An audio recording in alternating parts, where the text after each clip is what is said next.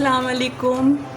Home कुक्स की जानिब से तमाम ही फ्रेंड्स को, दोस्तों को अस्सलाम वालेकुम। और आज मैंने एक रेसिपी बनाई है, आसान सी है। ये मैं अपने घर के लिए बना रही थी, तो मैंने सोचा कि आप लोग से भी शेयर करूं। बहुत सुनते हैं कि मखाना बहुत सेहतमंद होता है, तो ये हम मीठे में तो यूज़ करते ही हैं, लेकिन आज मैंने सोचा कि सब्ज़ी में भी शामिल करूं। तो ये मखाने अब ये छोटे हो गए सब्ज़ी में डल के, लेकिन बहुत फ़ायदेमंद है। ये बीन्स हैं, मटर है, ये थोड़ी सी बंद गोभी और ये गाजर। तो ये मैंने बनाया, इसकी आप बहुत मज़ेदार सब्ज़ी है।